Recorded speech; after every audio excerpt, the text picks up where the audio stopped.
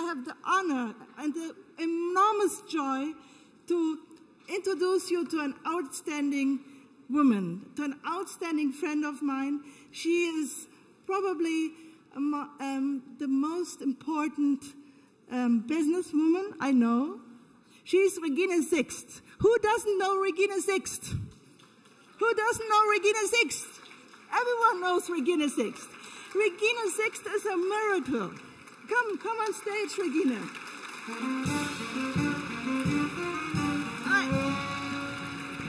I have to say something.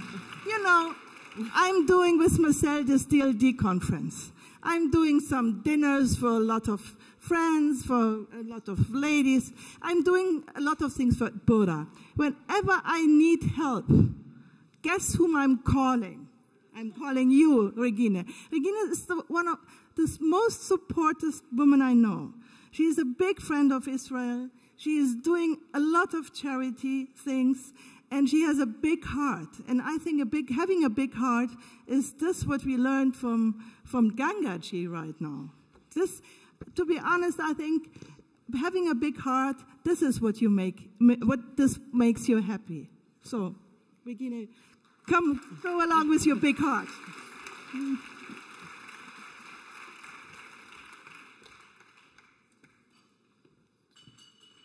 I must tell you something. I have been holding speeches all over the world, but very rarely I have been excited so much to hold a speech in front of all these important ladies with all the expectations. So my closest friend of mine just sent me an SMS giving me the force, and he was saying, Regina, be a woman. Be a woman, be a mother, be business, be Regine. That's exceptional. Have the right approach towards life, and the forces are with you. I hope the forces are with me to speak to you for this important conference, and I'm very excited that I can participate in this event, which is the first DLD Women's Conference. And maybe I started these kind of things 20 years ago with my latest lunch at the Oktoberfest, and we are also 700 women. And I always have been supported from Maria to be there with your presence and give me the importance for this lunch. Dear Maria, liebe Steffi, ihr seid Frauengestalten und ladet Frauen ein, die gestalten. Danke, dass ich dabei sein darf. Ladies and the few gentlemen, I should say.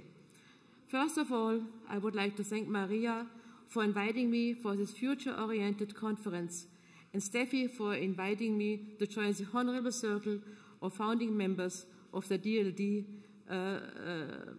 Women's Conference. I'm thrilled, but also very excited to speak to you about my personal views and experiences that I have gained in my position within our Sixt organization. Listening to Gangaji's theory, the truth alive in you, I have been inspired by you, and I thought I have to follow up on you. It was a big challenge. How can I follow you? That was my challenge, really. So, the truth alive in you, I listened to this carefully, and I would like to build on that with the 7 chakras doctrine of yoga and how they relate to my everyday business. I call them the 7 columns of power.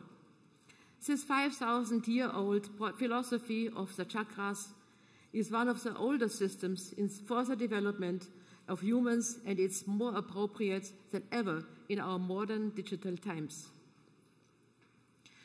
For me, they are connected with the 7 columns of power. The base chakra stands for stability. This column gives me the security and stability in our challenging times of change.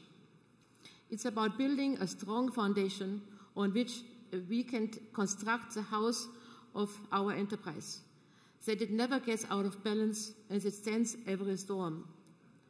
That means at Sixt, now creates structures which outlast decades and centuries. In 2012, Sixt will celebrate its 100th anniversary. Stone by stone and generation by generation, we have been building up Sixt. We have constructed a company that will hopefully prospect at least for the next 100 years. We have clear values and we are open to innovations, always a step ahead ever since. The sacral chakra stands for passion.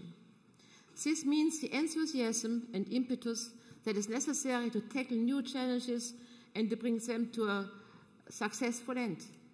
We have had the power and the passion to expand from a little office downtown in Munich, just around the corner here in Seistraße, into 105 countries worldwide. Every new country is like a new child in our expanding Sixt family. The Sixt family spirit we proclaim is more than a mere saying. It is applied throughout the whole world, in every Sixt team, in every country. The chakra describes our female ability to create. The Latin word for mother is mater, that relates to the word matter and means our power to create a material reality. The solar plexus chakra stands for self-control. A leadership always requires a high degree of self-discipline and self-control. We permanently work on our success like a top athlete who trains his abilities on a daily basis. We act as a strong team that follows clear principles and guidelines. The heart chakra stands for love. I see my female role at Sixt in anchoring the power of love in our enterprise. We have built up emotional intelligence within our company and practice what I would call management by love. Like a mother loves her children, we apply this quality into the relations to our customers and employees. The throat chakra means communication. My role at Sixt is mainly marketing and communications. That's what I'm known for as a marketing machine. Communications skills make a great contribution to the success of Sixt. Innovative marketing and advertisement campaigns have always been one of the strengths of Sixt. We always have been the pioneer in these fields and have been always ahead of our competitors. The brow chakra stands for knowledge. In our digital world, knowledge is a basic key to success. We speak about the knowledge society where information is the most important fuel. Especially my sons are developing digital platforms which enable us to integrate and disseminate the growing amounts of information that we have to handle every day. The crown chakra stands for ethics. They are the benchmark for all our actions. The adherence to ethical principles protects us from manipulations and misuse of power. In particular, the last column, ethics, has motivated me to launch our charity project together with my team.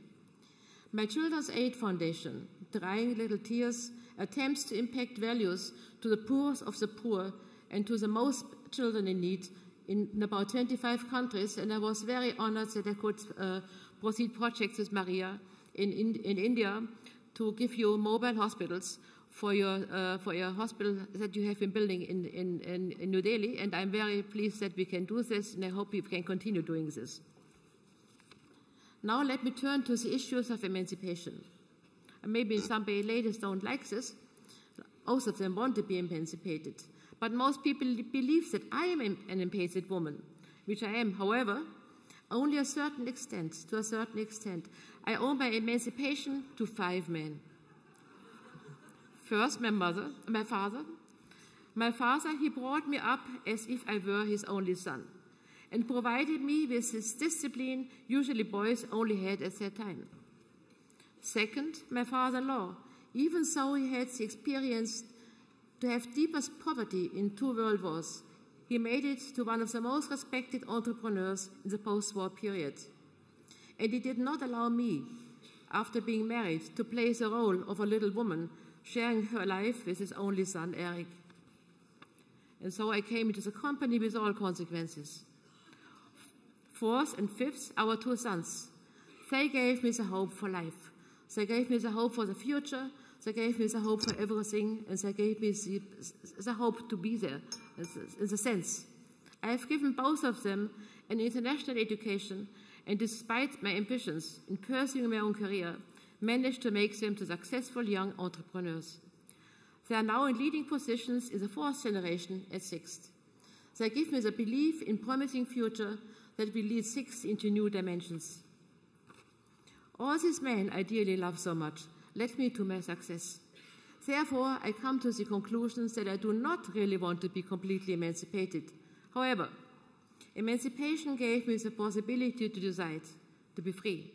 The central idea of emancipation should not be to fight men, but to build to give women all over the world the possibility to choose to be free, be who and what he wants to be. I have taken my choice.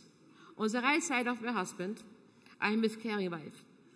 And I'm a miscarrying wife. On the left side, I'm a miscarrying woman. It's business partner.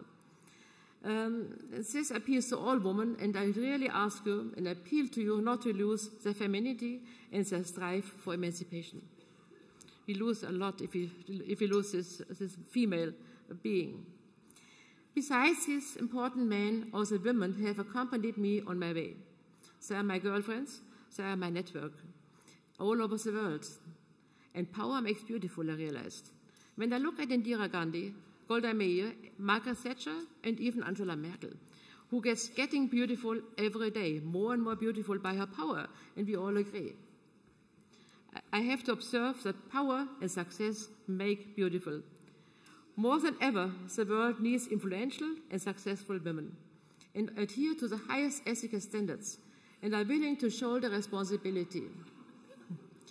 In our information age, technical devices such as Blackberries, notebooks, etc., help women more than ever to be successful in business and in life. Who, if not us, says an Israel proverb. So let's take the future in our hands, my dearest ladies, my girlfriends, my girls, for the small and for the great things in life. I'm honored to have been given the opportunity of inviting you for this lunch. I wish you for this convention and also during this lunch, happy networking, and let me stay, your Regina.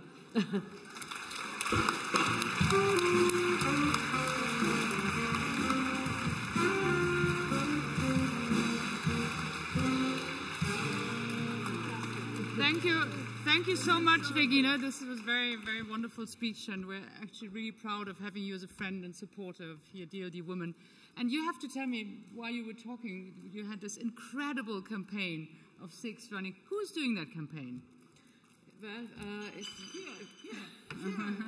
It's you? No, but tell me, is it you inventing these incredible... Yeah. It's you? It's me. It's you? It's you, but...